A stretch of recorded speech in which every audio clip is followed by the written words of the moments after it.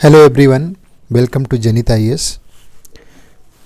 प्रश्नों के द्वारा जीएस को हम लोग कवर कर रहे हैं। इस सीरीज में आइए आगे बढ़ते हैं। नेक्स्ट क्वेश्चन है, सूची 1 को सूची 2 से सुमेलित कीजिए तथा नीचे दिए गए कूट का प्रयोग करके सही उत्तर चुनिए। पानीपत का पहला युद्ध ये 1526 में ही हुआ था। बाबर और इब्राहिम लोदी के बीच में पानीपत का पहला युद्ध हुआ था जिसमें बाबर विजयी रहा था। नादिर शाह का आक्रमण ये मोहम्मद शाह के शासनकाल में, मुग़ल बादशाह मोहम्मद शाह के शासनकाल में 1739 में दिल्ली पर नादिर शाह का हमला हुआ था। ईस्ट इंडिया कंपनी द्वारा दीवानी प्राप्त करना। ईस्ट इंडिया कंपनी ने बक्सर के युद्ध के बाद यानी 1764 में बक्सर का युद्ध हुआ था और उसके बाद 1765 में इलाहाबाद की संधि हुई। ये संधि लॉर्ड क्लाइव के द्वारा की गई थी जिसमें शाह आलम द्वितीय उस समय मुग़ल सम्राट थे 1765 में। और पानीपत का तीसरा युद्ध हुआ था 1761 में। ये पानीपत का तीसरा युद्ध नादिर शाह का उत्तराधिकारी था अहमद शाह अब्दाली और मराठों के बीच में हुआ था। तो इस तरीके से इस प्रश्न का जो सही मैचिंग होगी वो 1, 3, 2, 4 हो जाएगी। आपका आंसर सी होगा। 2018 में यूपीपीसीएस में ये प्रश्न पूछा गया था। नेक्स्ट क्वेश्चन देखिए, ईस्ट इंडिया कंपनी का राजपूत राज्यों से सहायक संधि करने का मुख्य उद्देश्य था। तो ईस्ट इंडिया कंपनी शत्रुओं के विरुद्ध जो है सैनिक सहायता प्राप्त करना। सहायक संधि के संदर्भ में राजपूत राज्यों के संदर्भ में आपसे क्वेश्चन पूछा जा रहा है। शत्रुओं के विरुद्ध सैनिक सहायता प्राप्त करना, मराठा पिंडारी आक्रमण से इन राज्यों की सुरक्षा करना, खिराज के रूप में धन प्राप्त करना और युद्ध में जीते गए धन को खिराज का धन कहते थे। अंग्रेजों की प्रभुसत्ता स्थापित करना। ईस्ट इंडिया कंपनी का राजपूत राज्यों से सहायक संधि करने का मेन उद्देश्य यह था कि अंग्रेज अपनी प्रभुसत्ता स्थापित करना चाहते थे और इसीलिए अंग्रेजों ने राजपूतों के साथ में या भारत के अन्य राज्यों के साथ भी सहायक संधि किया था। सहायक संधि के द्वारा उन्हें उस राज्य में यानी जो मित्र राज्य होता था उससे शत्रु राज्य पर आक्रमण करते थे। उसके क्षेत्र में जो भी सहायक संधि जिस राज्य से की जाती थी उसमें मैंने आपको भी लास्ट वीडियो में भी बताया था, वहाँ पे ब्रिटिश रेजिमेंट रखी जाती थी। यानी कि ये रेजिमेंट जिसका सारा खर्च वो राज्य उठाता था। दूसरा, एक रेजिडेंट की नियुक्ति की जाती थी और ये रेजिडेंट एक ब्रिटिश अधिकारी होता था जो उस राज्य के अंदर उसकी विदेश नीति आदि कार्यों का संचालन करता था। तीसरी बात ये कही जाती थी कि उस राज्य के आंतरिक मामले में कोई हस्तक्षेप नहीं किया जाएगा, लेकिन व्यवहार में ऐसा नहीं होता था। तो सहायक संधि जिस भी राज्य के साथ की जाती थी उससे अंग्रेज अपनी प्रभुसत्ता उस राज्य में स्थापित कर लेते थे। नेक्स्ट क्वेश्चन है, कौन सा सही सुमेलित नहीं है? बक्सर का युद्ध। तो बक्सर का युद्ध 1764 में हुआ। इसमें एक तरफ मुग़ल बादशाह शाह आलम द्वितीय, बंगाल का नवाब मीर कासिम, अवध का नवाब शुजाउद्दौला, ये सारे लोग शामिल थे। सहायक संधि यहाँ ऑप्शन दिया गया है 1863, तो ये तो गलत है। सहायक संधि की शुरुआत फ्रांसीसी गवर्नर डुप्ले ने किया था। प्रथम और द्वितीय कर्नाटक युद्ध 1744 से 48 के बीच में पहला कर्नाटक युद्ध, दूसरा 1749 में स्टार्ट हुआ। उसके बाद व्यापक रूप से भारत में सहायक संधि का प्रयोग अंग्रेज़ों के द्वारा किया गया और 1765 में अवध के साथ जो इलाहाबाद की संधि हुई थी उसके तहत अवध के साथ में पहली सहायक संधि की गई थी। तो ये ऑप्शन तो रॉन्ग हो गया। भारत में ईस्ट इंडिया कंपनी का एकाधिकार पूर्णतः समाप्त, हाँ ये ध्यान दीजिएगा, पूर्णतः समाप्त होने की बात हो रही है। तो ये पूर्णतः समाप्त 1833 में हुआ, ये ध्यान रखिएगा। 1813 के अधिनियम के द्वारा ईस्ट इंडिया कंपनी के व्यापारिक एकाधिकार को समाप्त किया गया था, परंतु दो चीज़ों के साथ, चीन देश के साथ में और भारत में चाय के जो बागान लगाए गए थे इनके संदर्भ में कंपनी के डायरेक्टरों ने ब्रिटिश संसद से रिक्वेस्ट किया था कि इन दो पर हमारे व्यापारिक एकाधिकार को बनाए रखा जाए, चीन के साथ में और चाय के बागानों के साथ में। तो 1813 के अधिनियम में इन दो पर व्यापारिक एकाधिकार बना रहा, बाकी व्यापारिक एकाधिकार समाप्त कर दिया गया था। लेकिन पूर्णतः 1833 में पूरी तरीके से व्यापारिक एकाधिकार समाप्त किया गया। अगला ऑप्शन है ब्रिटिश नागरिकों एवं कंपनियों के लिए भारत में व्यापार का खोला जाना।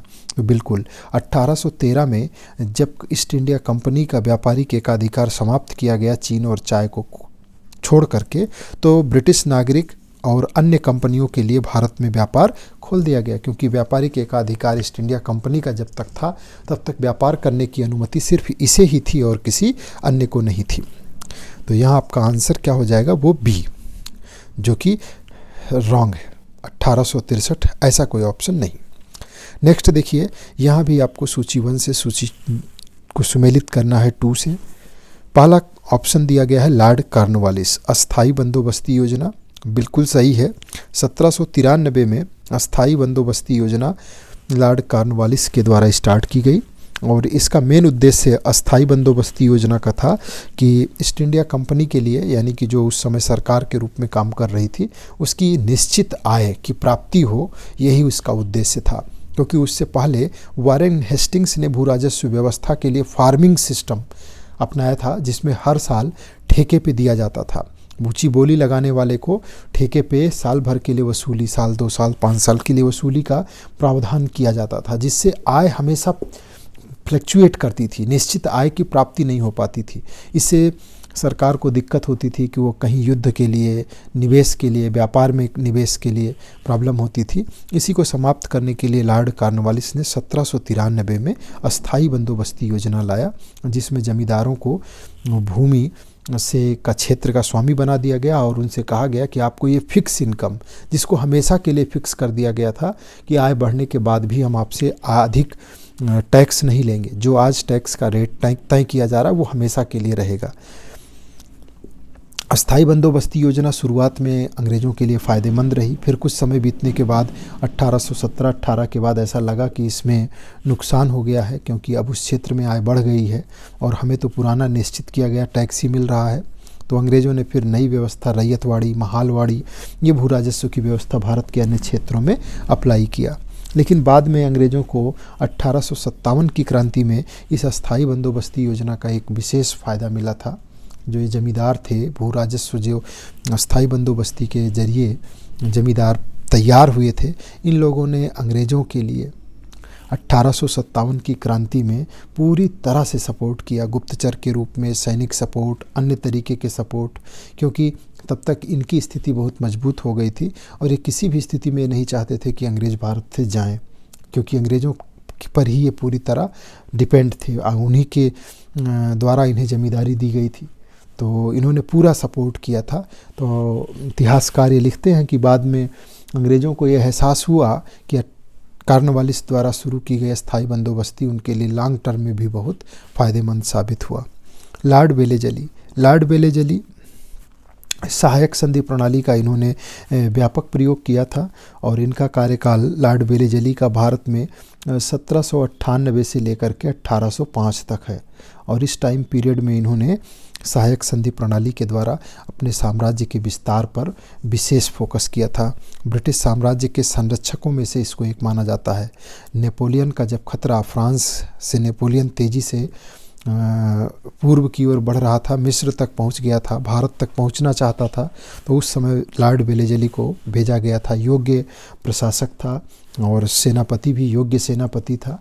इसने भारत में आकर के दो युद्ध आते ही किया था, वो भी मैं आपसे डिस्कस कर चुका हूँ।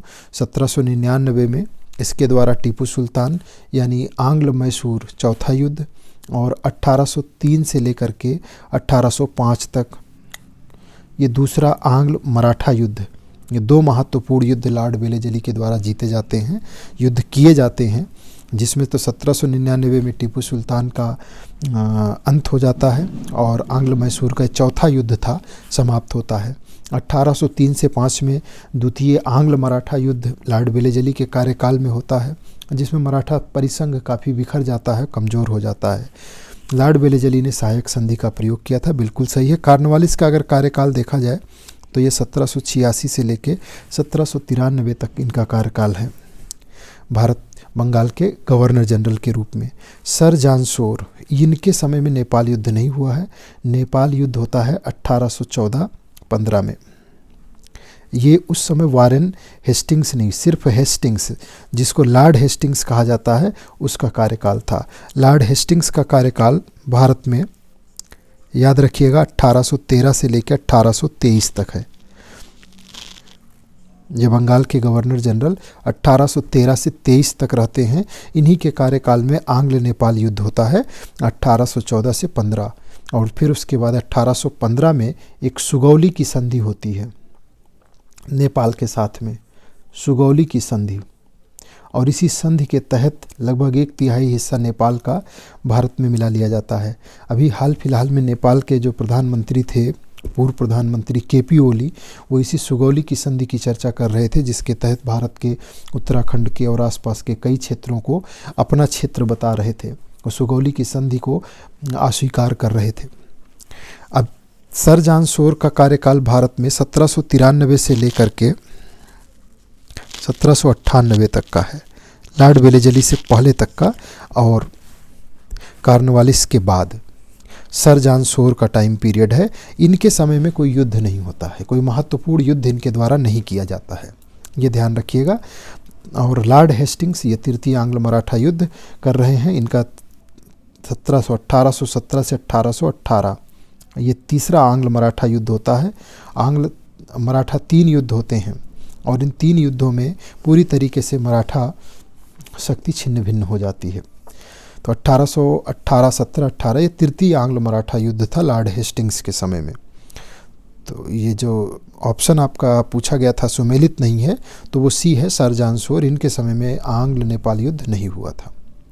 नेक्स्ट क्वेश्चन था तृतीय आंग्ल मराठा युद्ध संबंधित है, तो ये लॉर्ड हेस्टिंग्स के समय में हुआ है 1817 और 18 में। और बाकी इतिहास के अंदर आपको 3 आंग्ल मराठा युद्ध मिलेंगे।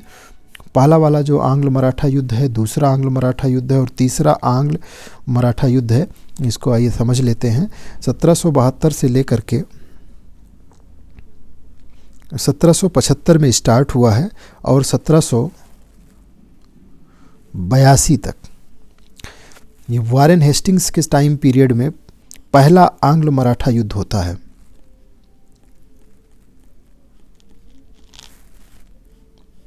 और युद्ध लंबा चलता है, अनिर्णित रहता है, और 1782 में इस युद्ध को समाप्त घोषित किया जाता है। युद्ध को 20 साल की संधि की जाती है। 20 साल की संधि के द्वारा सालबाई की संधि कहलाती है ये, और 20 साल के लिए अंग्रेज जो है सालबाई की संधि, और इस संधि के द्वारा अंग्रेज 20 साल के लिए समझौता कर लेते हैं कि हाँ, आप मराठों से कोई युद्ध नहीं करेंगे। और एग्जैक्ट 20 साल के बाद 1803 से लेकर 1805 ये दूसरा आंग्ल मराठा युद्ध होता है लॉर्ड वेलेजली के द्वारा। बसीन की संधि की जाती है पेशवा बाजीराव द्वितीय के द्वारा, और उसके बाद फिर अंग्रेज 1803 से 5 मराठा परिसंघ से भिड़ जाते हैं। और तीसरा और अंतिम युद्ध 1817 और 18 में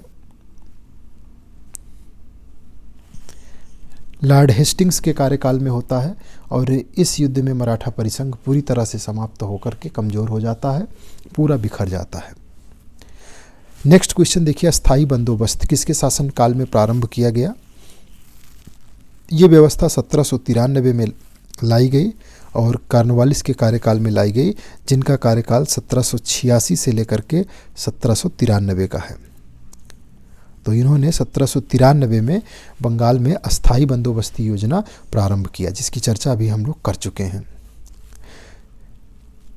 नेक्स्ट क्वेश्चन देखिए, निम्न में से कौन भारत का प्रथम वायसराय था? Lord Canning.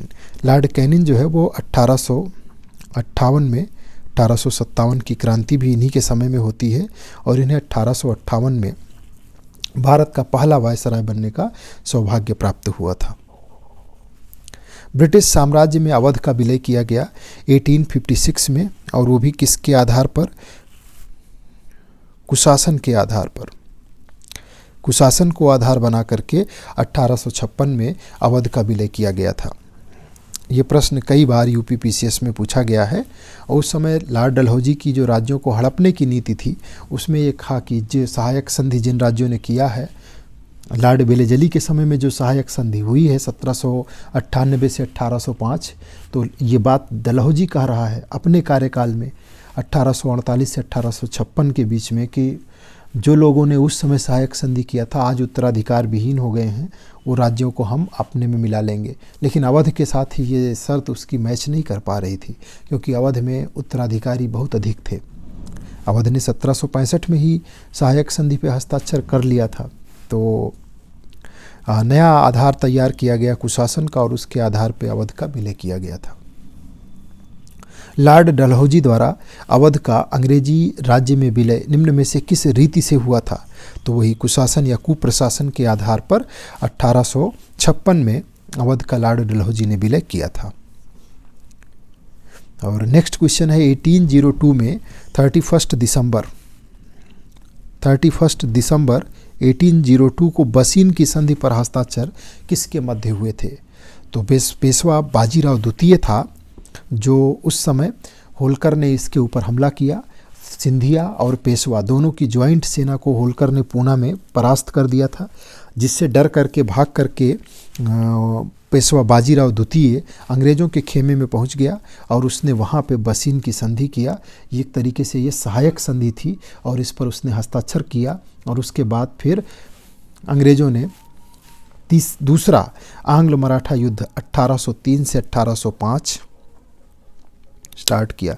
अंग्रेज़ों ने पहले आंग्ल मराठा युद्ध 1775 से 1782 में ये वादा किया था, यानी एक संधि किया था और संधि को पूरी तरीके से निभाया था कि 20 साल तक हम आपस में युद्ध नहीं करेंगे, क्योंकि इस समय मराठे काफ़ी ताकतवर थे और इस प्रथम आंग्ल मराठा युद्ध में अंग्रेज़ों को कोई भी फायदा नहीं हुआ और उन्होंने सालबाई की संधि के द्वारा 20 साल तक के लिए युद्ध को रोक लिया था।